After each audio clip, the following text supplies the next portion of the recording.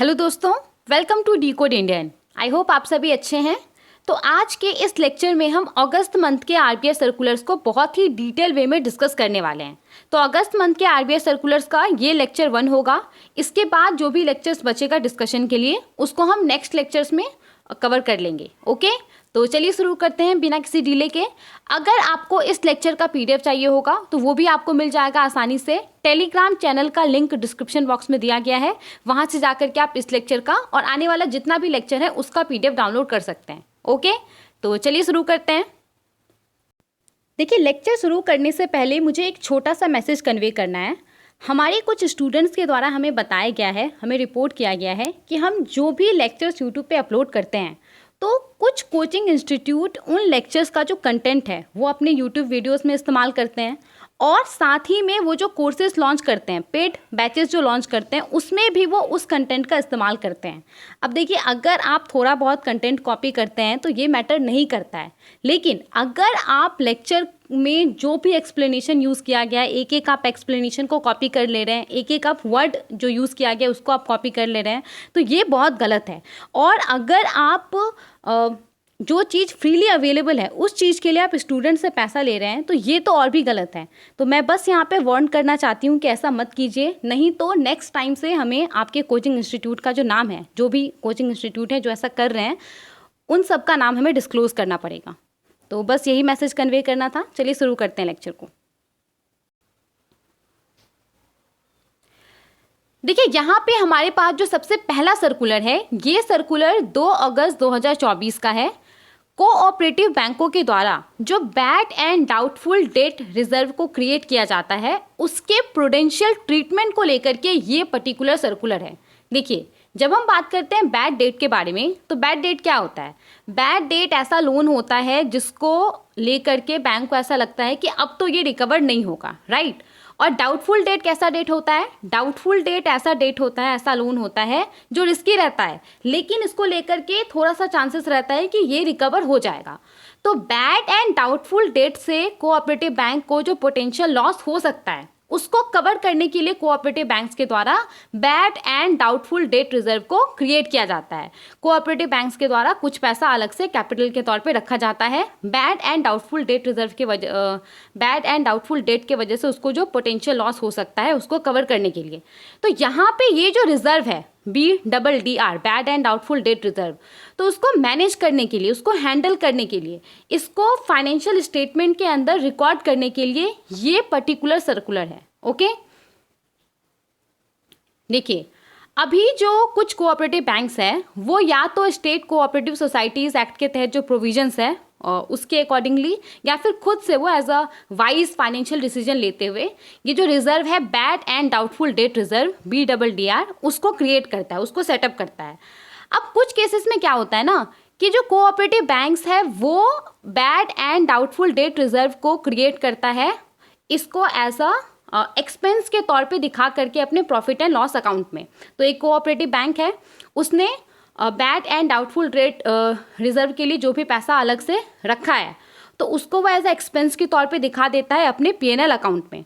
तो अगर वो ऐसा करता है तो उससे क्या होता है, उसका जो टोटल प्रॉफिट है वो उतने अमाउंट से कम हो जाता है, राइट। लेकिन कुछ केसेस में क्या होता है ना, कुछ केसेस में कोऑपरेटिव बैंक इसको एज अ एक्सपेंस के तौर पे अपने P&L अकाउंट में नहीं दिखाता है। वो क्या करता है, वो इसको एज अ एक्सपेंस के तौर पे P&L अकाउंट में नहीं दिखाता है और नेट प्रॉफिट कैलकुलेट कर लेता है। और नेट प्रॉफिट कैलकुलेट करने के बाद नेट प्रॉफिट में से, डायरेक्टली नेट प्रॉफिट में से वो कुछ पैसा लेकर के जो ये bad and doubtful debt reserve है उसको क्रिएट करता है, उसको सेटअप करता है। तो यहाँ पे आपको क्या समझ में आ रहा है, यहाँ पे BDR को लेकर के इनकंसिस्टेंसी है, राइट, कोऑपरेटिव बैंकों के बीच में। इसके अलावा देखिए, यहाँ पे जो अकाउंटिंग स्टैंडर्ड 5 है उसके अकॉर्डिंगली एक पीरियड के दौरान जितने सारे भी एक्सपेंसेस को, जितने सारे भी खर्च को रिकॉग्नाइज किया जाता है तो उस पीरियड के लिए जब नेट प्रॉफिट को कैलकुलेट किया जाएगा तो नियम के अनुसार उन सभी एक्सपेंसेस को कंसीडर किया जाएगा कैलकुलेशन के समय में। लेकिन यहाँ पे क्या हो रहा है, यहाँ पे जो नॉन परफॉर्मिंग एसेट या जो बैड डेट है उसके लिए जो प्रोविजंस किया जा रहा है, उसके लिए जो अलग से कैपिटल रखा जा रहा है, उसको तो बहुत सारा cooperative bank as a expense के तौर पे, एज अ खर्च के तौर पे अपने P&L अकाउंट में नहीं दिखा रहा है जब वो नेट प्रॉफिट कैलकुलेट कर रहा है। तो ये क्या है, ये जो एग्जिस्टिंग अकाउंटिंग स्टैंडर्ड है, जो नॉर्म्स है, उसके ये अगेंस्ट है, उसको यहाँ पे कंप्लाई नहीं किया जा रहा है। इसके अलावा जो रेगुलेटरी कैपिटल रिक्वायरमेंट होता है उसके लिए जिस तरीके से ये BDR को, इस रिजर्व को ट्रीट किया जाता है और जिस तरीके से कोऑपरेटिव बैंकों के अंदर जो NPA है उसको कैलकुलेट किया जाता है, तो वो डिफर करता है बैंक टू बैंक।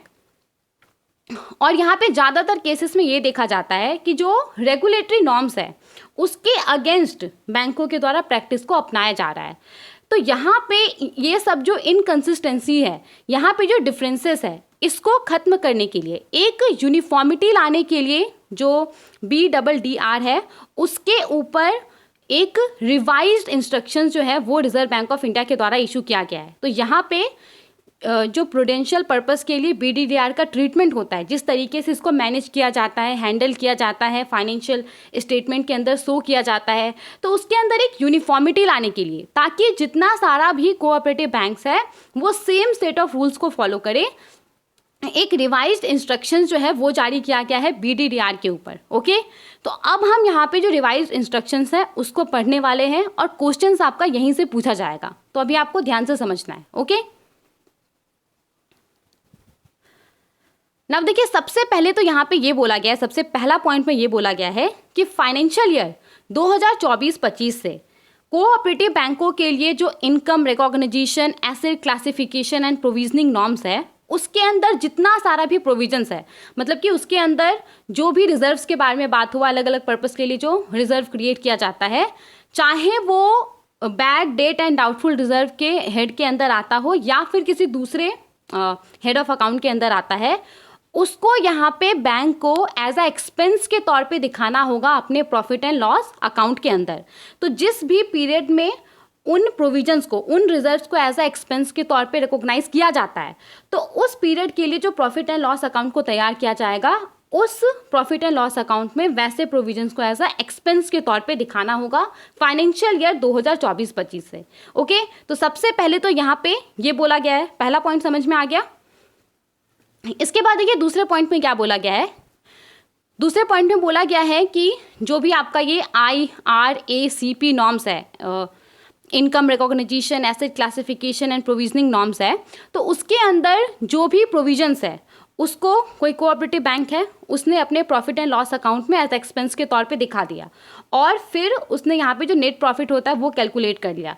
तो नेट प्रॉफिट कैलकुलेट करने के बाद यहाँ पे जो कोऑपरेटिव बैंक है वो अलग से कुछ पैसा जो BDR होगा, bad debt and doubtful reserve होगा, उसके अंदर डाल सकता है अगर लॉ के तहत रिक्वायर होता है या फिर कोई दूसरे रीजन के वजह से। ओके, सेकेंड पॉइंट समझ में आ गया।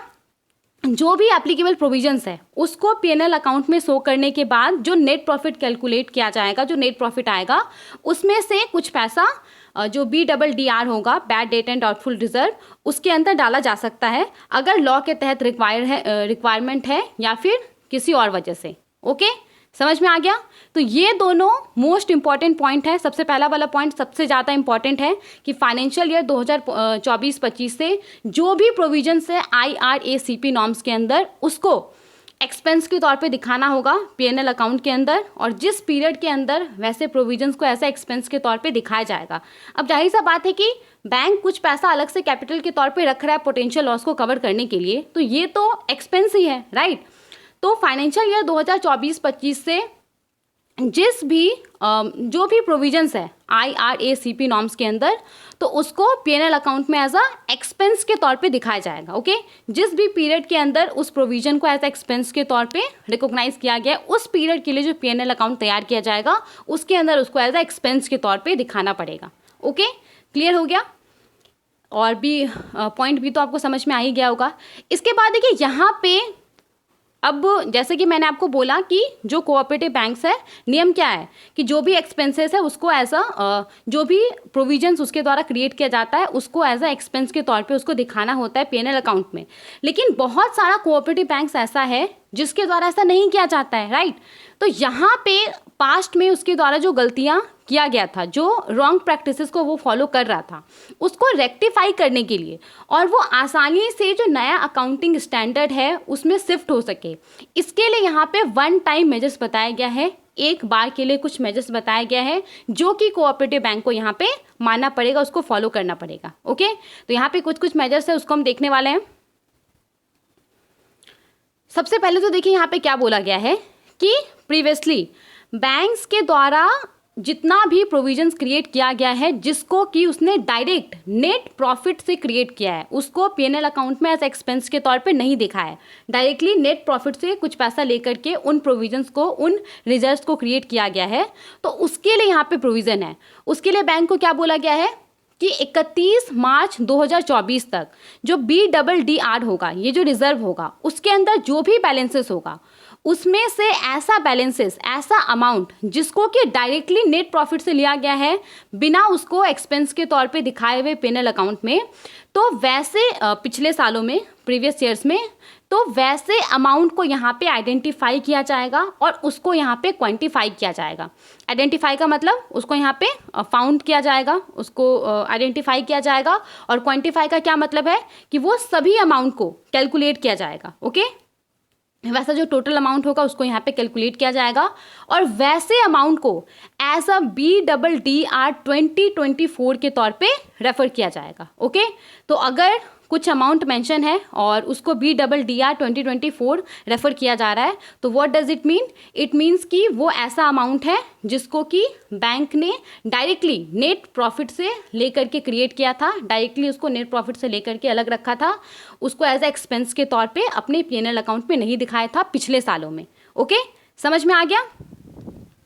जैसे कि देखिए, अगर मैं आपको एक एग्जाम्पल बताऊँ सिंपल सा, मान लीजिए कि कोई बैंक है, कोई कोऑपरेटिव बैंक है और उसका जो BDDR है, ये जो रिजर्व है, bad debt and doubtful reserve, उसके अंदर ना लेट्स से कि 10 करोड़ रुपीज़ है और 31 मार्च 2024 तक मान लीजिए कि उसके अंदर 10 करोड़ रुपया है और 10 करोड़ में से 2 करोड़ ऐसा प्रोविजंस है जिसको कि डायरेक्टली बैंक ने नेट प्रॉफिट से लेकर के इसमें डाला था, उसको ऐसा एक्सपेंस के तौर पे अपने P&L अकाउंट में नहीं दिखाया था। तो यहाँ पे ये जो अमाउंट है इसको आइडेंटिफाई किया जाएगा, उसको क्वांटिफाई किया जाएगा और इसको एज अ BDDR 2024 के तौर पे रेफर किया जाएगा। Okay, is this clear? समझ में आ गया? तो ये एक मेजर बोला गया है बैंक को अपनाने के लिए। इसके बाद देखते हैं, इसके बाद देखिए यहाँ पे बोला गया है कि 31 मार्च 2025 तक BDDR 2024 के तौर पे जो भी अमाउंट होगा उसको डायरेक्टली बैंक क्या करेगा, P&L अकाउंट या जनरल रिजर्व से ट्रांसफ़र कर देगा। NPA के लिए जो प्रोविजंस होगा, नॉन परफॉर्मिंग एसेट के लिए जो रिजर्व होगा, नॉन परफॉर्मिंग एसेट से बैंक को जो पोटेंशियल लॉस हो सकता है उसको कवर करने के लिए जो रिजर्व होगा, तो उसमें उस अमाउंट को ट्रांसफ़र कर दिया जाएगा। ओके, 31 मार्च 2024 तक BDDR 2024 के तौर पर जो भी अमाउंट होगा उसको बैंक क्या करेगा, डायरेक्टली P&L अकाउंट या जनरल रिजर्व से जो NPA के लिए प्रोविजंस होगा उसमें ट्रांसफ़र कर देगा। ओके, तो क्या है, extent of BDDR 2024 and appropriation shall be made directly from the P&L account और general reserves to provisions for NPA। Okay, इसके बाद देखिए यहाँ पे NPA के लिए जो प्रोविजंस था उसमें ऐसे अमाउंट को ट्रांसफ़र कर दिया। अब फिर वो जो अमाउंट होगा, वो जो प्रोविजंस होगा उसको जो ग्रॉस नॉन परफॉर्मिंग एसेट होगा उसमें से रिड्यूस कर दिया जाएगा, उसमें से घटा दिया जाएगा और घटाने के बाद जो अमाउंट आएगा, जो पैसा आएगा, वो नेट नॉन परफॉर्मिंग एसेट होगा। ओके, यहाँ तक समझ में आ गया? इसके बाद देखते हैं। ओके, इसके बाद देखिए यहाँ पे क्या बोला जा रहा है कि जो BDDR होगा, ये जो रिजर्व होगा, इसके अंदर जो एक्स्ट्रा पैसा होगा, लॉ के द्वारा जो रिक्वायरमेंट है उससे ज़्यादा पैसा इस रिजर्व के अंदर है, तो जो एक्स्ट्रा अमाउंट होगा उसको P&L अकाउंट के जनरल रिजर्व या बैलेंस में ट्रांसफ़र कर दिया जाएगा below the line. Below the line का मतलब क्या होता है कि यहाँ पे नेट प्रॉफिट के कैलकुलेशन के बाद, मतलब कि सिंपली इसको जो ट्रांसफ़र किया जाएगा तो उसका इफेक्ट नेट प्रॉफिट के कैलकुलेशन के ऊपर नहीं पड़ेगा। ओके, सिंपली इसको बस बैलेंस शीट में जो प्रॉफिट एंड लॉस अकाउंट जो होगा उसमें बस इसको शो कर दिया जाएगा। ओके, तो यहाँ पे BDDR के अंदर जो एक्स्ट्रा पैसा होगा, ओके, उसको जनरल रिजर्व या बैलेंसेस जो है P&L अकाउंट में उसमें ट्रांसफ़र कर दिया जाएगा बिलो द लाइन। मतलब कि इसका जो इफेक्ट है वो प्रॉफिट एंड लॉस के कैलकुलेशन में नहीं होगा, नेट प्रॉफिट के कैलकुलेशन में नहीं होगा। समझ में आ गया? और ऐसा करने के बाद यहाँ पे जो भी बैलेंसेस बचेगा, रिजर्व है, रिजर्व के अंदर मान लीजिए 10 करोड़ है और जो रिक्वायरमेंट है वो 8 करोड़ है। ओके, तो जो एक्स्ट्रा 2 करोड़ है उसको जनरल रिजर्व या बैलेंस में ट्रांसफ़र कर दिया गया। ठीक है, जनरल बैलेंस में ट्रांसफ़र कर दिया गया।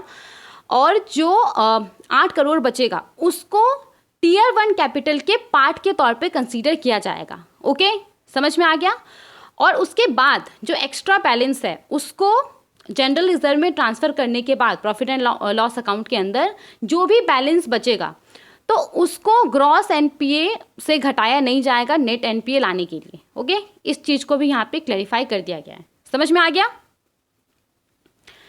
इसके बाद देखिए यहाँ पे आपको पता होगा कि कुछ कोऑपरेटिव बैंक सिर्फ एक स्टेट के अंदर काम करता है। तो अगर कोई कोऑपरेटिव बैंक है जो कि सिर्फ एक स्टेट के अंदर काम कर रहा है तो उसको स्टेट कोऑपरेटिव सोसाइटीज़ एक्ट के तहत गवर्न किया जाता है। और अगर कोई कोऑपरेटिव बैंक है जो कि एक से ज़्यादा स्टेट के अंदर काम कर रहा है तो उसको multi state cooperative societies act 2002 के तहत गवर्न किया जाता है। तो यहाँ पे जो भी respective state cooperative societies act या multi state cooperative societies act 2002 के तहत गवर्न किया जा रहा होगा तो उसके अंदर जो प्रोविजंस होगा उसका बैंक को कंप्लाई करना पड़ेगा। ओके, नाउ यहाँ पे एप्लीकेबिलिटी का बात करें तो ये जो सर्कुलर है ये जितना भी प्राइमरी अर्बन कोऑपरेटिव बैंक्स हैं उन सब के ऊपर एप्लीकेबल होगा। जो स्टेट कोऑपरेटिव बैंक्स है जो कि स्टेट लेवल पे काम करता है उसके ऊपर एप्लीकेबल होगा। और जो सेंट्रल कोऑपरेटिव बैंक्स है जिसको कि डिस्ट्रिक्ट सेंट्रल कोऑपरेटिव बैंक्स के नाम से भी जाना जाता है उसके ऊपर एप्लीकेबल होगा। ओके, तो urban cooperative banks, state cooperative banks और सेंट्रल कोऑपरेटिव बैंक्स के ऊपर ये जो सर्कुलर है ये एप्लीकेबल होगा। और ये जो भी इंस्ट्रक्शंस के बारे में हमने बात किया वो इमीडिएट इफेक्ट से एप्लीकेबल हो जाएगा। ओके, क्लियर हो गया? नाउ आगे बढ़ते हैं और अपने नेक्स्ट सर्कुलर को देखते हैं।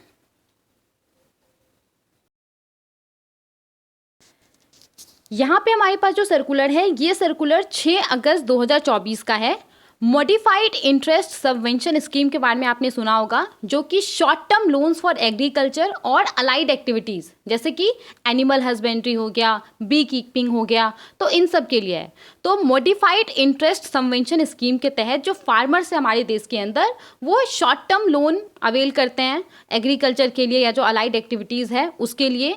और वो किस तरीके से ये लोन अवेल करते हैं तो उनके पास जो किसान क्रेडिट कार्ड होता है, किसान क्रेडिट कार्ड के थ्रू ये लोन वो अवेल करते हैं। तो ये जो मॉडिफाइड इंटरेस्ट सबवेंशन स्कीम है इसको फाइनेंशियल ईयर 2024-25 के लिए भी अप्रूव कर दिया गया है और उसी को लेकर के ये पूरा सर्कुलर है।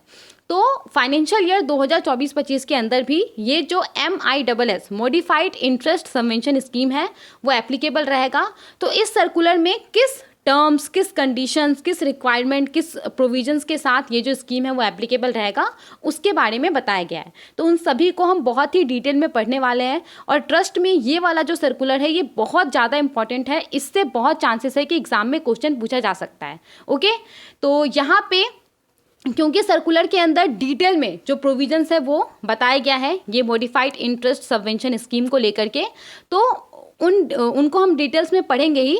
लेकिन अभी यहाँ पे थोड़ा सा अगर हम बेसिक्स देखें कि ये स्कीम है क्या, तो देखिए जैसा कि आपको इसके नाम से पता चल रहा है इंटरेस्ट सबवेंशन स्कीम, तो इस स्कीम के तहत सब्सिडाइज इंटरेस्ट रेट पे जो कंसेशनल इंटरेस्ट रेट होता है, जो डिस्काउंटेड इंटरेस्ट रेट होता है, उसके ऊपर फार्मर्स को लोन प्रोवाइड किया जाता है। ओके, देखिए modified interest subvention scheme interest subvention scheme का वेरिएशन है। मतलब कि जो इंटरेस्ट सबवेंशन स्कीम है उसका ये मॉडिफाइड या अपडेटेड वर्जन है। ओके, इस स्कीम के तहत होता क्या है, तो इस स्कीम के तहत फार्मर्स को short term agriculture loan provide किया जाता है। और यहाँ पे शॉर्ट टर्म का क्या मतलब है, शॉर्ट टर्म का मतलब है अप टू 1 ईयर, मतलब कि अप टू 1 ईयर के लिए, अप टू 1 ईयर तक के लिए जो लोन है वो फार्मर्स को यहाँ पे प्रोवाइड किया जाता है। और कितने इंटरेस्ट रेट के ऊपर प्रोवाइड किया जाता है, तो 7% रेट ऑफ इंटरेस्ट के ऊपर फार्मर्स को इस स्कीम के तहत जो लोन है वो प्रोवाइड किया जाता है।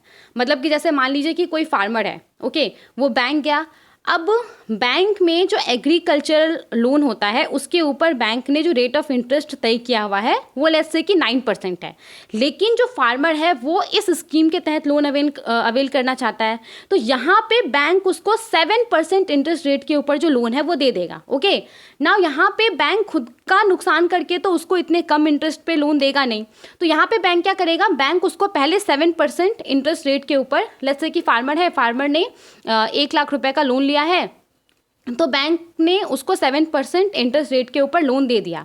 अब यहाँ पे बैंक ने तो जो एग्रीकल्चर लोन्स के लिए इंटरेस्ट रेट तय किया हुआ है वो 9% है, तो यहाँ पे तो 2% का डिफरेंस हो रहा है, तो उस सेम अमाउंट के ऊपर 2% के हिसाब से जो भी इंटरेस्ट बनेगा तो वो पैसा जो भारत सरकार है वो बैंक को प्रोवाइड करेगा। ओके, तो यहाँ पे जो इंटरेस्ट सबवेंशन है वो बैंक को प्रोवाइड किया जाता है। बैंक पहले कम इंटरेस्ट रेट के ऊपर फार्मर्स को लोन प्रोवाइड कर देता है, उसके बाद यहाँ पे जितने कम इंटरेस्ट के ऊपर बैंक ने फार्मर को लोन प्रोवाइड किया है वो जो डिफरेंस रहता है वो उसको भारत सरकार से मिल जाता है। ओके, समझ में आ गया।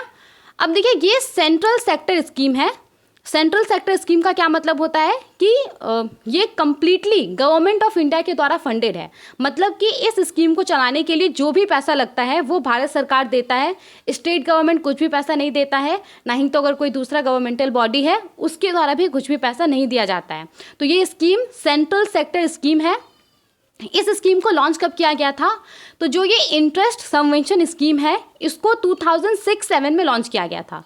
2022 में इस स्कीम का जो नाम है वो बदल करके मॉडिफाइड इंटरेस्ट सबवेंशन स्कीम रख दिया गया था, क्योंकि 2022 में इस स्कीम के अंदर कुछ मॉडिफिकेशन लाया गया था, इसीलिए 2022 में इस स्कीम का नाम इंटरेस्ट सबवेंशन स्कीम से बदल करके मॉडिफाइड इंटरेस्ट सबवेंशन स्कीम रख दिया गया था। ओके, अब देखिए इस स्कीम के तहत किसान को किस तरीके से लोन मिलता है, तो आपको पता होगा कि किसान के पास किसान क्रेडिट कार्ड होता है जिसका इस्तेमाल करके वो आसानी से बैंक से लोन ले सकता है। ओके, तो यहाँ पे किसान क्रेडिट कार्ड के थ्रू जो फार्मर्स है वो इस स्कीम के तहत लोन अवेल करता है। ओके, और यहाँ पे किसान क्रेडिट कार्ड को कब इंट्रोड्यूस किया गया था भारत के अंदर, तो 1998 में किसान क्रेडिट कार्ड को भारत के अंदर इंट्रोड्यूस किया गया था। समझ में आ गया ये पूरा स्लाइड। तो आपको यहाँ पे कुछ बात ध्यान में रखना है। सबसे पहला तो जो मॉडिफाइड इंटरेस्ट सबवेंशन स्कीम है इसको सबसे पहले कब लॉन्च किया गया था, 2006-7 में लॉन्च किया गया था इंटरेस्ट सबवेंशन स्कीम के नाम से। फिर 2022 में इस स्कीम का नाम बदल करके मॉडिफाइड इंटरेस्ट सबवेंशन रख दिया गया। इस स्कीम के तहत फार्मर्स को short term agriculture loan provide किया जाता है। कितने % इंटरेस्ट रेट के ऊपर, तो 7% इंटरेस्ट रेट के ऊपर इस स्कीम के तहत फार्मर्स को शॉर्ट टर्म लोन प्रोवाइड किया जाता है। और इस स्कीम के तहत किसान क्रेडिट कार्ड के थ्रू किसान लोन अवेल करते हैं।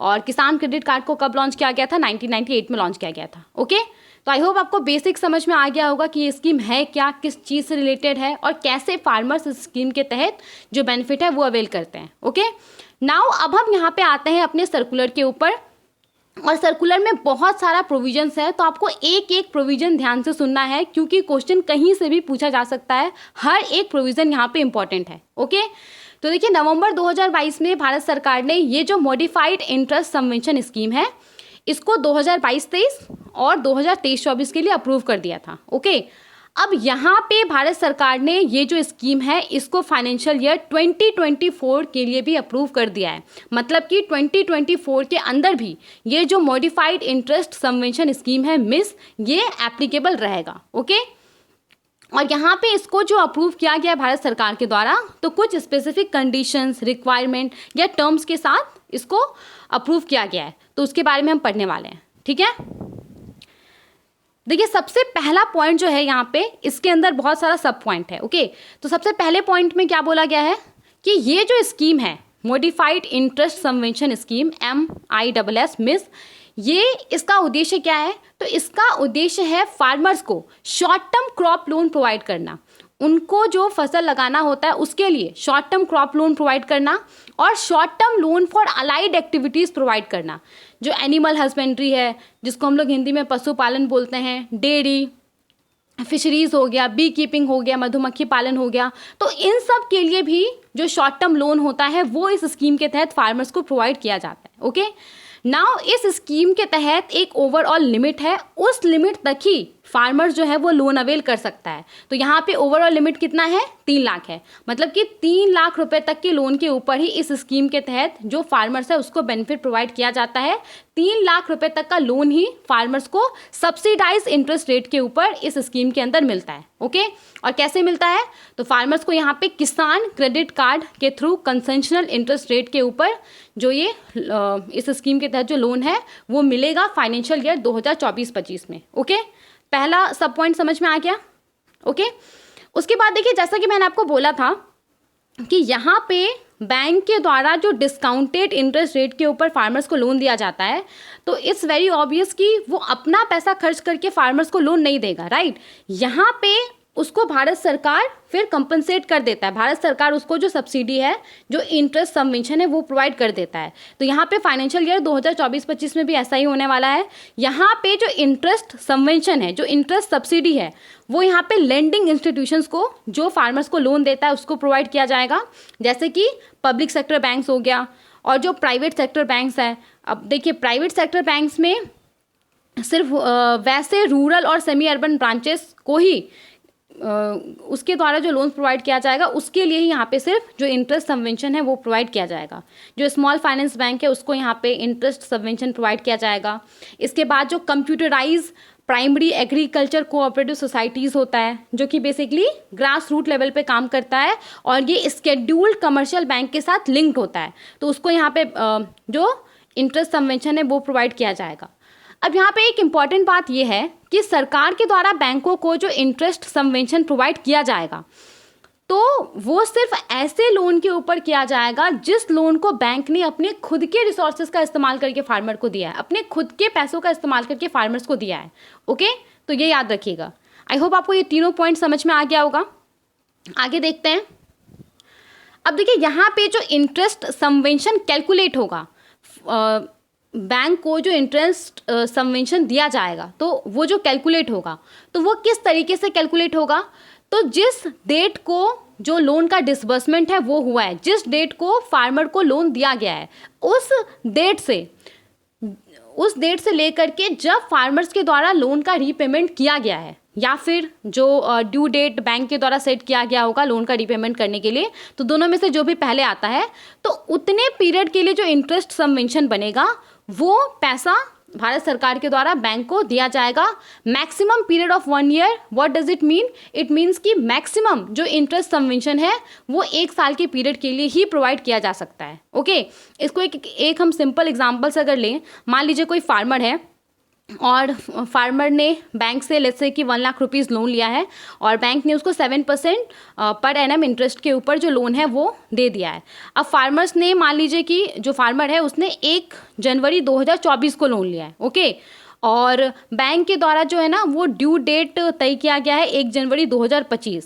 अब फार्मर्स का कंडीशन अच्छा हो गया, फार्मर्स ने जो फसल तैयार किया था वो उसका बिक गया, उसके पास पैसा आ गया, तो फार्मर्स ने यहाँ पे, वो जो फार्मर होगा उसने लेट्स से कि जनवरी, फरवरी, मार्च, अप्रैल, मई, जून, ओके, तो उसने लेट्स से कि जून में ही बैंक को रीपेमेंट कर दिया। तो यहाँ पे उसने 6 मंथ के लिए लोन लिया था, तो सिर्फ इसी पीरियड के लिए जो इंटरेस्ट सबवेंशन बनेगा वो भारत सरकार जो बैंक है उसको देगा। और ये जो पीरियड है वो मैक्सिमम 1 साल हो सकता है, 1 साल से ज़्यादा नहीं हो सकता है। ओके, मैक्सिमम सरकार 1 साल के लिए ही बैंक के द्वारा जो लोन लिया गया होगा उसके ऊपर इंटरेस्ट सबवेंशन प्रोवाइड करेगा। ओके, 1 साल से ज़्यादा पीरियड के लिए अगर लोन लिया जाता है तो फिर वहाँ पे किसान को 1 साल के बाद नॉर्मल इंटरेस्ट रेट बैंक को पे करना होगा। ओके, समझ में आ गया। अब देखिए, यहाँ पे फाइनेंशियल ईयर 2024-25 के अंदर applicable lending rate to farmers क्या है, मतलब किस रेट के ऊपर फार्मर्स को लोन मिलेगा और रेट ऑफ इंटरेस्ट सबवेंशन क्या है। तो यहाँ पे जो लेंडिंग रेट टू फार्मर्स है वो क्या है, सेम रहेगा 7%, मतलब कि फार्मर्स को 7% इंटरेस्ट रेट के ऊपर जो लोन है वो मिलेगा बैंक से, और बैंक को 1.50% जो इंटरेस्ट, इस रेट के हिसाब से बैंक को इंटरेस्ट सबवेंशन मिलेगा भारत सरकार के तरफ से। अब जैसे कि मान लीजिए मतलब ये तो एक्चुअल में भी होता है। अभी बैंक है कोई, और बैंक के अंदर जो एग्रीकल्चर लोन के ऊपर बैंक ने इंटरेस्ट रेट तय किया हुआ है वो लेट्स से कि 8.5% है। ओके, तो बैंक पहले चुपचाप से फार्मर को 7% इंटरेस्ट रेट के ऊपर लोन प्रोवाइड कर देगा, और यहाँ पे जो 1.50% का डिफरेंस होगा उस लोन अमाउंट के ऊपर, तो उसको बैंक कैलकुलेट कर लेगा और बैंक फिर जो भारत सरकार है उससे वो पैसा ले लेगा। ओके, तो फाइनेंशियल ईयर 2024-25 के दौरान जो applicable lending rate to farmers होगा वो 7% होगा, और रेट ऑफ इंटरेस्ट सबवेंशन जो होगा वो कितना होगा, जो कि लेंडिंग इंस्टीट्यूशंस को दिया जाएगा, वो 1.50% होगा। ओके, समझ में आ गया। अब देखिए यहाँ पे मान लीजिए कोई फार्मर है, उसने बैंक से लोन लिया और उसने ऑन टाइम रीपेमेंट कर दिया, समय से उसने रीपेमेंट कर दिया, तो यहाँ पे वैसे फार्मर को एडिशनल 3% पर एनम के हिसाब से इंटरेस्ट सबवेंशन प्रोवाइड किया जाएगा। जैसे कि मान लीजिए फार्मर्स को 7% इंटरेस्ट रेट के ऊपर जो लोन है वो बैंक से मिला था, अब उसने ऑन टाइम पेमेंट कर दिया, ऑन टाइम रीपेमेंट कर दिया, समय पे जो पैसा उसने लिया था वो बैंक को उसने चुका दिया, तो अब उसके ऊपर जो इंटरेस्ट का बर्डन आएगा, पहले कितना था, 7% था, इसमें अब आप 3% माइनस कर लीजिए तो कितना आएगा, 4% आएगा। तो अब उसके ऊपर जो इंटरेस्ट का बर्डन आएगा वो कितना आएगा, सिर्फ 4% का आएगा। ओके, तो यहाँ पे additional interest subvention of 3% per annum will be provided to such of those farmers repaying in time.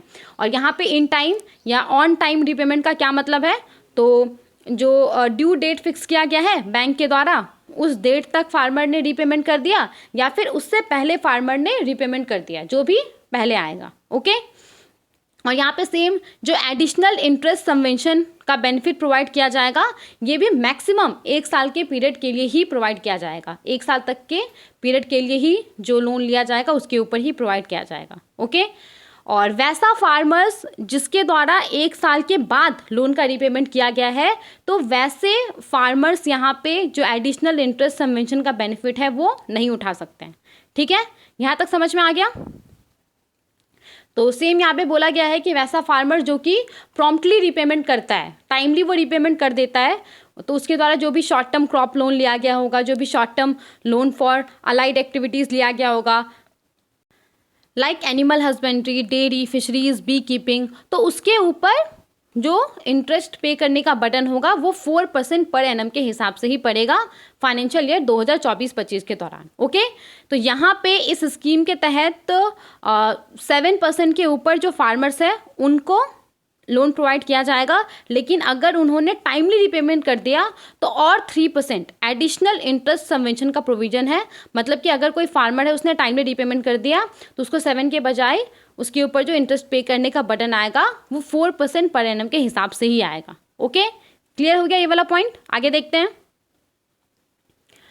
अब देखिए यहाँ पे ये काफ़ी इंपॉर्टेंट पॉइंट है, जैसा कि मैंने पहले आपको बता दिया था कि इस स्कीम के तहत एक ओवरऑल लिमिट है, उस लिमिट तक ही जो फार्मर्स है उसको कंसेशनल सब्सिडाइज इंटरेस्ट रेट के ऊपर जो लोन है वो मिलेगा। ओके, तो उसी बात को यहाँ पे रिपीट किया गया है कि जो इंटरेस्ट सबवेंशन और जो प्रॉम्प्ट रीपेमेंट इंसेंटिव बेनिफिट है, तो ये बेनिफिट फार्मर्स के द्वारा जो अप टू 3 लाख रुपीज़ तक का लोन लिया जाएगा पर एनम, उसके लिए ही अवेलेबल होगा। ओके, अगर कोई फार्मर है वो 5 लाख रुपए लोन ले रहा है तो उस पूरे अमाउंट के ऊपर जो interest subvention, prompt repayment incentive benefit है वो अवेलेबल नहीं रहेगा, सिर्फ 3 लाख रुपए तक के ऊपर ही ये जो बेनिफिट है वो अवेलेबल रहेगा। ओके, समझ में आ गया। और इसके अंदर भी एक सब लिमिट है 2 लाख रुपए का। तो वैसा फार्मर्स जो कि अलाइड एक्टिविटीज़ के लिए जिसने लोन लिया हुआ है, animal husbandry, dairy, fisheries, bee keeping के लिए उसने लोन लिया हुआ है, तो उसके द्वारा अप टू 2 लाख रुपीज़ तक का जो लोन लिया जाएगा उसके लिए ही सिर्फ ये जो बेनिफिट है इंटरेस्ट सबवेंशन का, प्रॉम्प्ट रीपेमेंट इंसेंटिव बेनिफिट का, वो एप्लीकेबल रहेगा। ओके, वो अवेलेबल रहेगा। समझ में आ गया। तो सिर्फ 2 लाख रुपए तक के ऊपर ही उसको सब्सिडाइज इंटरेस्ट रेट पे ये 2 लाख रुपए तक का ही लोन मिल सकता है उसको, और सिर्फ 2 लाख रुपए तक के ऊपर ही उसको ये जो प्रॉम्प्ट रीपेमेंट इंसेंटिव बेनिफिट है वो मिलेगा। समझ में आ गया। यहाँ पे देखिए इससे रिलेटेड एक और पॉइंट है, डोंट वरी अगर आपको यहाँ पे क्लियर नहीं हुआ है तो एक एग्जांपल हम देखेंगे, उससे आपको समझ में आ जाएगा। इसी से रिलेटेड एक और पॉइंट है, पहले उसको समझ लीजिए। देखिए अगर कोई फार्मर है, ओके, उसके द्वारा क्रॉप लोन भी लिया गया है, जैसे कि हमने बात किया था कि इस स्कीम के तहत क्रॉप लोन के लिए short term crop loan avail किया जा सकता है और यहाँ पे short term loan for allied activities avail किया जा सकता है। तो लेट्स से कि एक फार्मर है, उसने क्रॉप लोन भी लिया है इस स्कीम के तहत और उसने अलाइड एक्टिविटीज़ के लिए भी लोन लिया है। तो यहाँ पे जो बेनिफिट है इंटरेस्ट सबवेंशन का, प्रॉम्प्ट रीपेमेंट इंसेंटिव का, तो वो बेनिफिट पहले यहाँ पे क्रॉप लोन कंपोनेंट के ऊपर एप्लीकेबल होगा। उसके बाद अगर कुछ रेसिडुअल अमाउंट बचता है उसके ऊपर जो बेनिफिट है वो एप्लीकेबल होगा। जैसे कि मान लीजिए, एक एग्जांपल देखते हैं, आपको पूरा क्लियर हो जाएगा ये वाला पॉइंट। जैसे कि मान लीजिए कि कोई फार्मर है, उसने बैंक से ना 4 लाख रुपीज़ का लोन लिया है और उसने 2.5 लाख रुपीज़ का जो लोन है वो क्रॉप लोन लिया है, ओके, और अलाइड एक्टिविटीज़ के लिए उसने 1.5 लाख रुपीज़ का लोन लिया है। तो इस तरीके से उसने 4 लाख रुपीज़ बैंक से लोन लिया है। नाउ यहाँ पे प्रोविज़न क्या है? प्रोविज़न ये है कि किसी फार्मर के द्वारा 3 लाख रुपए तक का जो लोन लिया जाएगा, सिर्फ उसके ऊपर ही जो बेनिफिट है वो उसको मिलेगा। सिर्फ 3 लाख रुपए तक का ही लोन उसको जो सब्सिडाइज इंटरेस्ट रेट है उसके ऊपर मिलेगा, राइट। तो यहाँ पे क्या होगा ना, यहाँ पे ये जो क्रॉप लोन है, और क्या बोला गया कि क्रॉप लोन को प्रायोरिटी दिया जाएगा बेनिफिट के लिए, तो यहाँ पे 3 लाख में 3 लाख लिमिट है। तो सबसे पहले तो क्रॉप लोन कितने का है? 2.5 लाख का है, ओके। तो इस पूरे अमाउंट के ऊपर जो ये आपका इंटरेस्ट सबवेंशन है वो मिलेगा और जो प्रॉम्प्ट रीपेमेंट इंसेंटिव बेनिफिट है वो मिलेगा, ओके। अब 3 लाख में से 2.5 लाख तो कवर हो गया, बचा कितना? 50,000 बचा, राइट। और यहाँ पे अलाइड एक्टिविटीज़ के लिए उसने कितना लोन लिया था? 1.5 लाख रुपीज़ लोन लिया था। तो यहाँ पे इस पूरे 1.5 लाख रुपीज़ के ऊपर इस फार्मर को जो इंटरेस्ट सबवेंशन या प्रॉम्प्ट रीपेमेंट इंसेंटिव बेनिफिट है वो नहीं मिलेगा। 1.5 लाख में से सिर्फ 50,000 के ऊपर ही उसको जो ये बेनिफिट है वो मिलेगा। मतलब कि सिर्फ 50,000 रुपीज़ है इसको जो सब्सिडाइज इंटरेस्ट रेट है उसके ऊपर मिलेगा। बाकी का जो एक्स्ट्रा 1 लाख रुपीज़ है उसके ऊपर उसको नॉर्मल जो 8.5% पर एनम के हिसाब से इंटरेस्ट रेट बैंक के द्वारा तय किया होगा, तो उसके हिसाब से फिर उसको 1 लाख रुपए के ऊपर जो लोन का रीपेमेंट है वो मिलेगा। और उस केस में भी अगर उसने जल्दी रीपेमेंट कर दिया तो जो प्रॉम्प्ट रीपेमेंट इंसेंटिव बेनिफिट है उसके लिए वो एलिजिबल नहीं होगा, ओके। Is this clear? तो यहाँ पे वही बोला गया कि जो 2.5 लाख रुपीज़ है इस एग्जाम्पल में, तो इसके ऊपर जो फुल बेनिफिट है वो मिलेगा फार्मर को, और उसके बाद फिर जो 50,000 रुपीज़ बचेगा इसके ऊपर उसको बेनिफिट मिलेगा, ओके। तो इस तरीके से, क्योंकि यहाँ पे ओवरऑल लिमिट कितना है? 3 लाख रुपए का है। समझ में आ गया ना? देखिए, बहुत बार क्या होता है ना कि फार्मर्स ने फसल लगा लिया, उनका फसल तैयार हो गया। अब फसल तैयार होने के बाद मार्केट में उसको बहुत उसके बदले में फार्मर्स को बहुत कम पैसा मिल रहा है, लेकिन क्योंकि फार्मर्स को पैसों का ज़रूरत रहता है तो फार्मर्स यहाँ पे डिस्ट्रेस सेल कर देता है। फार्मर क्या करता है? कम दाम पे भी जो उसका प्रोड्यूस रहता है, जो उसने प्रोड्यूस किया होता है, उसको वो सेल कर देता है। तो यहाँ पे इस चीज़ को डिस्करेज करने के लिए, डिस्ट्रेस सेल को डिस्करेज करने के लिए, और फार्मर्स के द्वारा जो मेहनत करके प्रोड्यूस किया जाता है उसको वो वेयर हाउस में स्टोर कर सके, इस बात को इनकरेज करने के लिए यहाँ पे एक प्रोविज़न को ऐड किया गया है। और इस प्रोविज़न के तहत बोला गया है कि जो स्मॉल और मार्जिनल फार्मर है, स्मॉल और मार्जिनल फार्मर को यहाँ पे किसान क्रेडिट कार्ड के थ्रू ये जो इंटरेस्ट सबवेंशन का बेनिफिट है वो फर्दर और 6 मंथ के लिए उनको प्रोवाइड किया जाएगा। उनके लिए और फर्दर 6 मंथ के लिए ये जो बेनिफिट है वो अवेलेबल रहेगा। इसका मतलब क्या है? मान लीजिए कोई फार्मर है, उसने अपना फसल लगा लिया, उसका फसल तैयार हो गया, ओके। अब उसके द्वारा जो भी फसल तैयार किया गया है उसने उसको एक वेयर हाउस में स्टोर कर दिया, और वो जो पर्टिकुलर वेयर हाउस है वो सर्टिफाइड है warehousing development regulatory authority WDRA की तरफ से। नाउ यहाँ पे उसने इस वेयर हाउस के अंदर जो प्रोड्यूस स्टोर किया है उसके अगेंस्ट में फार्मर के पास एक नेगोशिएबल वेयर हाउस रिसीट आ जाएगा। तो इस नेगोशिएबल वेयर हाउस रिसीट का इस्तेमाल करके वो और 6 महीने के लिए उसी सेम इंटरेस्ट रेट के ऊपर, जिस इंटरेस्ट रेट के ऊपर उसने क्रॉप लोन लिया होगा, सेम उसी इंटरेस्ट रेट के ऊपर वो जो बैंक है उससे लोन अवेल कर सकता है, ओके। तो ये यहाँ पे प्रोविज़न है। आई होप आपको ये वाला भी समझ में आ गया होगा। आगे देखते हैं। इसके बाद देखिए, यहाँ पे बहुत बार क्या होता है, नेचुरल क्लैमिटीज़ आ जाता है, फ्लड आ गया, बाढ़ आ गया या ड्राउट आ गया, ड्राउट का सिचुएशन आ गया, सूखा पड़ गया, तो ऐसे में क्या होता है कि फार्मर्स को बहुत ज़्यादा नुकसान होता है। तो वैसा farmers those are affected by natural calamities, तो उनको यहाँ पे रिलीफ प्रोवाइड करने के लिए क्या बोला गया है। देखिए ऐसे सिचुएशन में क्या होता है ना कि बैंक्स के द्वारा जो लोन प्रोवाइड किया जाता है, बैंक्स उसका टर्म्स और कंडीशंस को चेंज कर देता है, उसको थोड़ा आसान कर देता है। जो भी लोन का टेन्योर रहता है, मान लीजिए उसको बढ़ा दिया, कुछ टर्म्स कंडीशंस को चेंज कर दिया। तो यहाँ पे क्या बोला जा रहा है ना कि ऐसे केस में फार्मर्स को रिलीफ प्रोवाइड करने के लिए जो रीस्ट्रक्चर्ड लोन अमाउंट होगा, बैंक के द्वारा जो लोन के टर्म्स कंडीशंस को चेंज किया जाएगा, उसके बाद जो रीस्ट्रक्चर्ड लोन अमाउंट होगा उसके ऊपर जो पहला साल होगा, पहले साल के लिए जो इंटरेस्ट सबवेंशन होगा वो बैंक को प्रोवाइड किया जाएगा। ओके, उसके बाद रीस्ट्रक्चर्ड लोन्स के ऊपर दूसरे साल से जो नॉर्मल रेट ऑफ इंटरेस्ट है वो एप्लीकेबल होगा। ओके, समझ में आ गया। इसके बाद देखते हैं, अब देखिए यहाँ पे अगर सिवियर नेचुरल क्लैमिटीज़ के वजह से फार्मर्स को बहुत ज़्यादा नुकसान हुआ है तो उसको यहाँ पे रिलीफ प्रोवाइड करने के लिए प्रोविज़न है। प्रोविज़न क्या है, तो यहाँ पे क्या बोला जा रहा है कि जो applicable rate of interest subvention होगा उस साल के लिए, वो बैंक को जो भी रीस्ट्रक्चर लोन अमाउंट होगा उसके ऊपर 3 सालों के लिए प्रोवाइड किया जाएगा, या फिर पूरा इंटायर जो लोन का पीरियड होगा उसके लिए प्रोवाइड किया जा सकता है, लेकिन ये मैक्सिमम 5 साल से ज़्यादा नहीं हो सकता है। ओके, तो ऐसा कंडीशन जहाँ पे सीवियर नेचुरल क्लैमिटीज़ की वजह से फार्मर्स को बहुत ज़्यादा नुकसान हुआ है, तो इस कंडीशन में भारत सरकार के द्वारा बैंक को जो पहला 3 साल होगा रीस्ट्रक्चर लोन अमाउंट के ऊपर, उसके लिए इंटरेस्ट सबवेंशन प्रोवाइड किया जाएगा, या फिर पूरा इंटायर पीरियड के लिए जो इंटरेस्ट सबवेंशन है वो प्रोवाइड किया जाएगा। लेकिन ये जो इंटायर पीरियड है वो 5 साल से ज़्यादा नहीं होना चाहिए। ओके, तो मैक्सिमम यहाँ पे किसी भी कंडीशन में जो भारत सरकार है वो बैंक को 5 साल के लिए ही जो इंटरेस्ट सबवेंशन है वो प्रोवाइड कर सकता है। ओके, कैसे कंडीशन में, कोई सीवियर नेचुरल क्लैमिटीज़ आ गया जिसकी वजह से फार्मर को बहुत ज़्यादा नुकसान हुआ है। ओके, क्लियर हो गया। और देखिए यहाँ पे इस तरह के केसेस में भी जो बेनिफिट है prompt repayment incentive at the rate 3% per annum, तो ये एप्लीकेबल रहेगा, ये मतलब अफेक्टेड फार्मर्स को प्रोवाइड किया जाएगा। ओके, तो ऐसे सिचुएशन में भी अगर फार्मर ने प्रॉम्प्ट रीपेमेंट किया, जल्दी रीपेमेंट कर दिया, तो उसके लिए जो बेनिफिट है वो उनको प्रोवाइड किया जाएगा। ओके, एडिशनल 3% इंटरेस्ट सबवेंशन का जो बेनिफिट है वो फार्मर को प्रोवाइड किया जाएगा। समझ में आ गया ये वाला पॉइंट भी। आगे देखते हैं।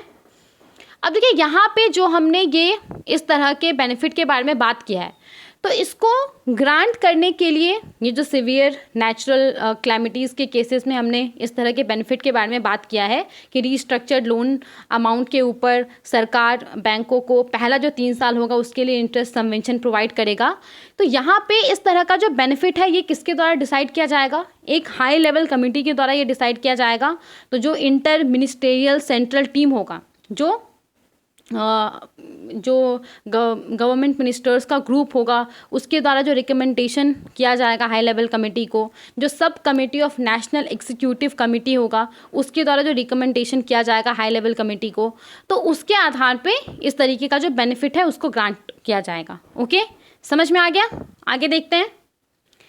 अब देखिए यहाँ पे अभी भी ये प्रोविज़न है कि अगर कोई फार्मर है उसको मॉडिफाइड इंटरेस्ट सबवेंशन स्कीम के तहत जो बेनिफिट है वो अवेल करना है, शॉर्ट टर्म लोन उसको लेना है, तो उसका जो आधार कार्ड है वो उसकी लोन एप्लीकेशन से लिंक होना चाहिए। ओके, तो यहाँ पे हैसल फ्री बेनिफिट को इंश्योर करने के लिए, ताकि फार्मर्स को बिना किसी परेशानी का जो बेनिफिट है वो मिले, फाइनेंशियल ईयर 2024-25 के अंदर भी जो शॉर्ट टर्म लोन अवेल किया जाएगा फार्मर्स के द्वारा, उसके लिए आधार लिंकेज मैंडेटरी है। मतलब कि फाइनेंशियल ईयर 2024-25 के अंदर भी अगर कोई फार्मर है जो कि इस स्कीम के तहत शॉर्ट टर्म लोन अवेल कर रहा है, तो ये नेसेसरी है कि उसका जो लोन एप्लीकेशन है वो आधार से लिंक हो। ओके, समझ में आ गया। इसके बाद यहाँ पे बैंकों को बोला गया है कि वो इंडिविजुअल फार्मर बेनिफिशरीज का जो डिटेल है उसको वो इस स्कीम के तहत उसको वो किसान ऋण पोर्टल के ऊपर सबमिट करें, और ताकि फाइनेंशियल ईयर 2024-25 के लिए जो भी उनका क्लेम बनता है उसको वो सेटल कर सके, जो भी पैसा बनता है उसको वो गवर्नमेंट ऑफ इंडिया से मांग सके। ओके, समझ में आ गया। इसके बाद देखिए यहाँ पे कंप्यूटराइज PACS जो कि सीडेड विथ SCBs, मतलब कि जो computerise primary agricultural credit societies है जो कि स्केड्यूल कमर्शियल बैंक से लिंक है, तो ऐसे केस में जो क्लेम होगा वो बैंक के द्वारा अलग से सेपरेटली अपलोड किया जाएगा और ये यहाँ पे बैंक को इस बात को इंश्योर करना पड़ेगा कि उस तरीके के लोन को नाबार्ड के द्वारा रिफाइनेंस नहीं किया गया है। ओके, तो ये ड्यूली सर्टिफाइड होना चाहिए बैंक का जो स्टैट्यूटरी ऑडिटर है उससे, और फिर ऐसे क्लेम को बैंक को जो किसान ऋण पोर्टल है उसके ऊपर सबमिट करना होगा। ओके, तो ये बोला जा रहा है कि जो भी कंप्यूटराइज PACS है सीडेड विथ SCBs उसके रिस्पेक्ट में जो भी क्लेम होगा वो बैंक को सेपरेटली अपलोड करना होगा थ्रू किसान ऋण पोर्टल, और बैंक को ये भी इंश्योर करना होगा कि वो लोन नाबार्ड के द्वारा रिफाइनेंस नहीं किया गया है और ये बैंक का जो स्टैट्यूटरी ऑडिटर है उससे सर्टिफाइड है। ओके, इन सब के अलावा बैंक को यहाँ पे क्या बोला गया है कि फाइनेंशियल ईयर 2024-25 के लिए जो भी क्लेम, जो भी एडिशनल क्लेम बनता है तो उसको ये यहाँ पे अपलोड करेंगे और ये सब क्लेम जो है वो सर्टिफाइड होना चाहिए स्टैट्यूटरी ऑडिटर से। तो ये क्लेम, एडिशनल क्लेम को वो 30 जून 2025 तक अपलोड कर देंगे। ओके, तो बैंक को यहाँ पे क्या बोला गया कि जो भी क्लेम्स है, एडिशनल क्लेम है जो कि सर्टिफाइड है स्टैट्यूटरी ऑडिटर से, तो उसको वो किसान ऋण पोर्टल के ऊपर अपलोड कर दें फाइनेंशियल ईयर 2024-25 के लिए। और कब तक अपलोड कर दें, तो 30 जून 2025, 30 जून 2025 तक उसको ये अपलोड कर दें। ओके, आई होप आपको ये वाला प्रोविज़न भी समझ में आ गया होगा। तो ये हमने देखा मॉडिफाइड इंटरेस्ट सबवेंशन स्कीम, जिसको कि फाइनेंशियल ईयर 2024-25 के लिए भी अप्रूव कर दिया है। तो कौन कौन से प्रोविजंस, कौन कौन से रिक्वायरमेंट, टर्म्स, कंडीशंस के साथ इसको अप्रूव किया गया उसको हमने देखा। ओके, आई होप आपको जितना भी प्रोविजंस हमने डिस्कस किया है वो आपको समझ में आ गया होगा। अगर आपको कहीं पे भी समझ में नहीं आता है तो आप कमेंट कर सकते हैं, हम उसका रिप्लाई ज़रूर करेंगे। ठीक है, चलिए आगे बढ़ते हैं और नेक्स्ट सर्कुलर को देखते हैं। तो यहाँ पे हमारे पास जो सर्कुलर है ये सर्कुलर 8 अगस्त 2024 का है। क्रेडिट इंस्टीट्यूशंस जैसे कि बैंक हो गया, NBFCs हो गया, बैंक NBFCs के द्वारा जो क्रेडिट इंफॉर्मेशन कंपनीज़ को क्रेडिट इंफॉर्मेशन सबमिट किया जाता है, उसका रिपोर्टिंग किया जाता है, तो उसके फ्रीक्वेंसी को लेकर के ये पर्टिकुलर सर्कुलर है। कब कब क्रेडिट इंस्टीट्यूशंस को, क्रेडिट इंफॉर्मेशन कंपनीज़ को क्रेडिट इंफॉर्मेशन सबमिट करना है, रिपोर्टिंग करना है, उसको लेकर के ये पर्टिकुलर सर्कुलर है। ओके, तो सबसे पहले तो आपको ये पता होना चाहिए कि ये क्रेडिट इंफॉर्मेशन कंपनीज होता क्या है। तो देखिए यहाँ पे अगर हम क्रेडिट इंफॉर्मेशन कंपनीज के बारे में बात करें तो वाइडली इसको CICs के नाम से जाना जाता है। ये करता क्या है, तो ये इंडिविजुअल्स, कंपनीज का जो लोन और क्रेडिट कार्ड से जुड़ा हुआ डिटेल रहता है उसको ये कलेक्ट करने का काम करता है। जैसे कि मान लीजिए आपने कहीं से लोन लिया है तो आपने लोन का रीपेमेंट कैसे किया है, अगर आपके पास क्रेडिट कार्ड है तो आप क्रेडिट कार्ड का बिल कैसे पे कर रहे हैं, कहीं आप कोई डिफ़ॉल्ट तो नहीं कर रहे हैं। तो ये सब जितना भी क्रेडिट ट्रांजेक्शन्स, पेमेंट हिस्ट्रीज रहता है, इन सब को ये कलेक्ट करने का काम करता है।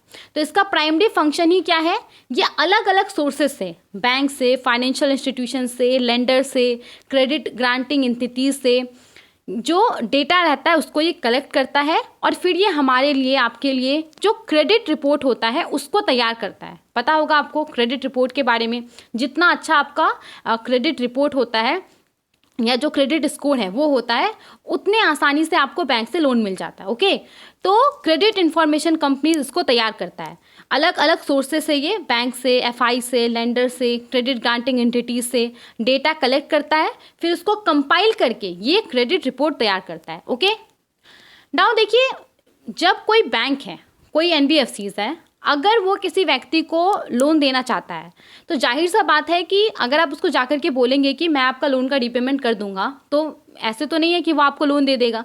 यहाँ पे बैंक और NBFCs आपका क्रेडिट वर्दीनेस को चेक करता है, आप लोन का रीपेमेंट कर पाएंगे या नहीं कर पाएंगे, इस बात को ये चेक करता है।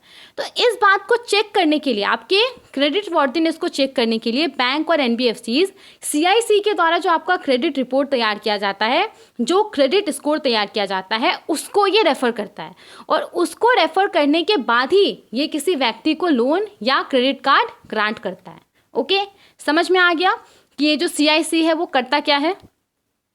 अब हम आते हैं अपने सर्कुलर के ऊपर कि सर्कुलर में क्या बोला जा रहा है। ओके, देखिए यहाँ पे 15 जनवरी 2015 का एक सर्कुलर है, उसके अकॉर्डिंगली जो भी क्रेडिट इंफॉर्मेशन कंपनीज है, CICs है, और जो क्रेडिट इंस्टीट्यूशंस है, CI है, उसको ये बोला गया है कि वो रेगुलरली मंथली बेसिस पे उसके द्वारा जो भी क्रेडिट इन्फॉर्मेशन कलेक्ट किया जाता है, जो भी क्रेडिट इन्फॉर्मेशन मेंटेन किया जाता है, उसको वो अपडेट करें।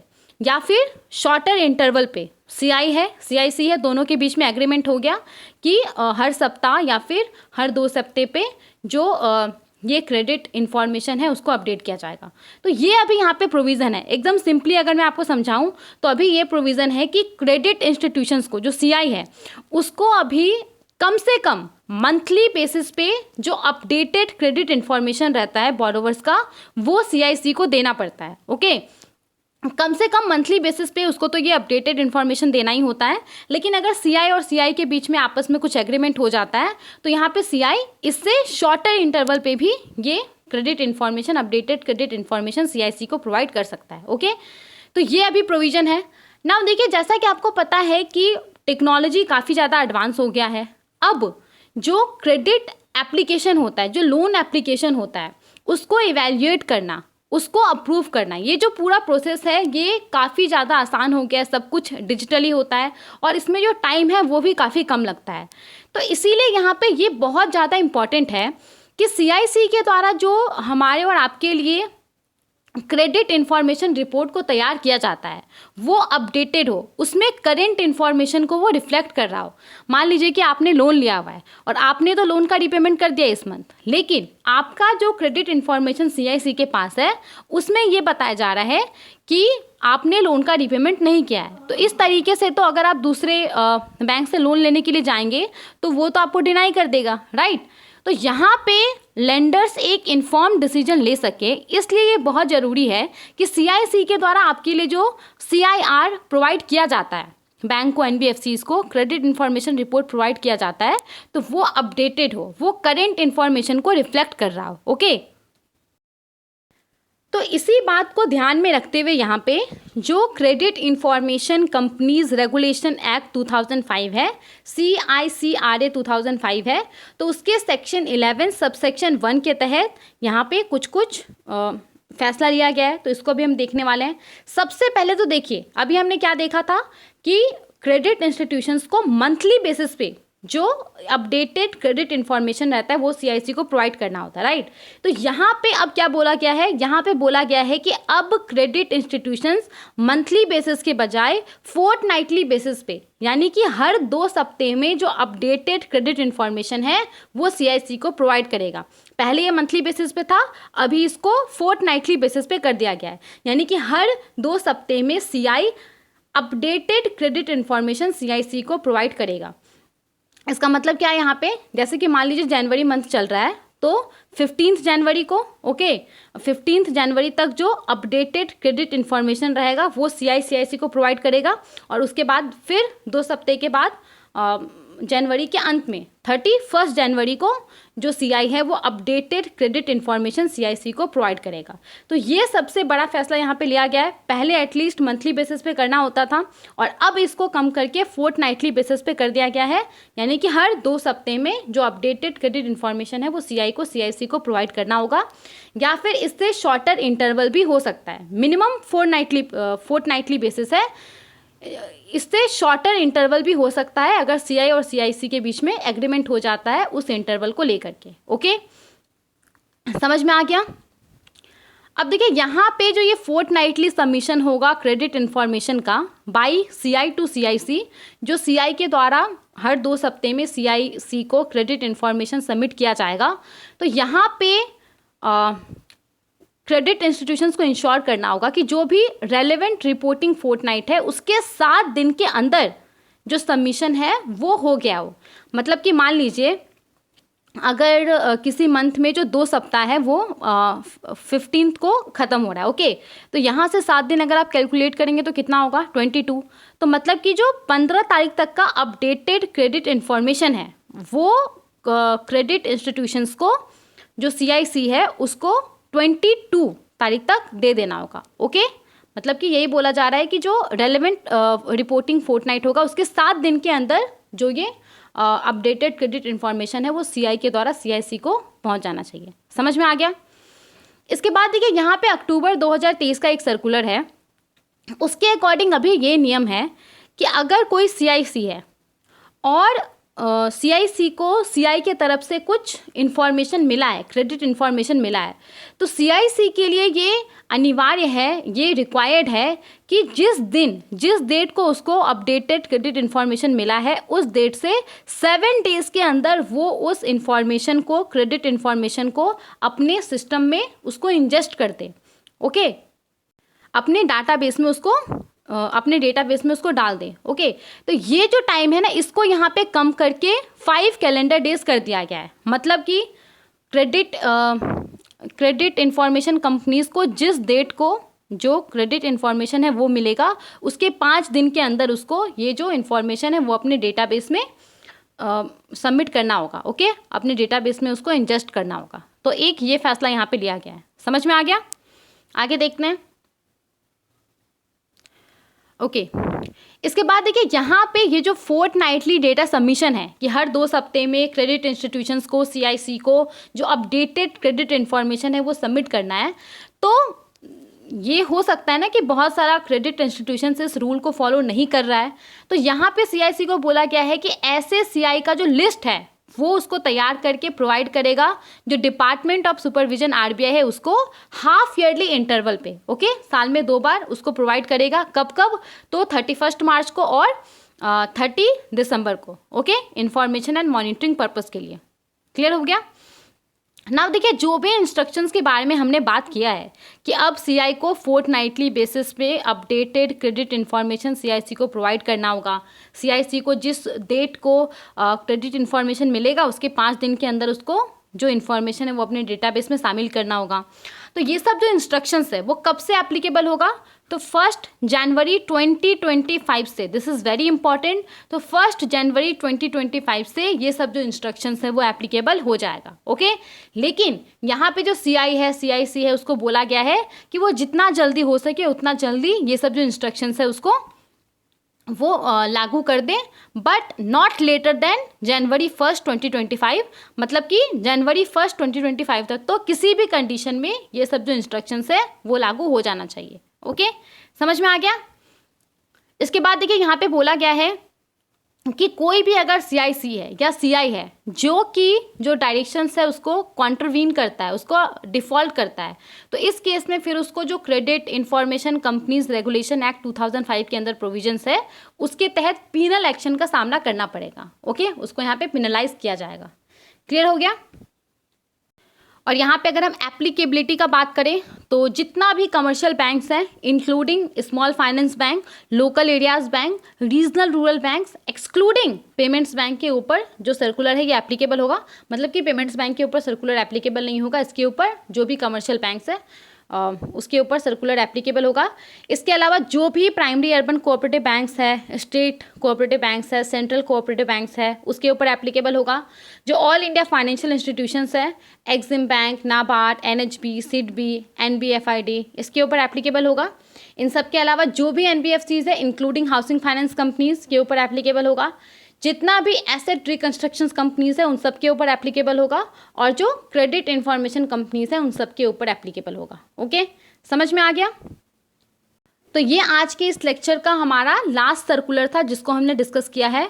और ट्रस्ट मी गाइस, ये तीनों सर्कुलर बहुत ज़्यादा इंपॉर्टेंट है। सेकेंड वाला सर्कुलर जो मॉडिफाइड इंटरेस्ट सबवेंशन स्कीम को लेकर के है वो तो सबसे ज़्यादा इंपॉर्टेंट है। तो आई होप आपने ये लेक्चर ध्यान से अटेंड किया होगा, सारा पॉइंट आपको समझ में आया होगा। अगर कहीं पे भी कुछ भी कन्फ्यूजन रहता है तो प्लीज़ उसको कमेंट में हमसे पूछिए, हम उसका रिप्लाई ज़रूर करेंगे। Okay, thank you so much for watching.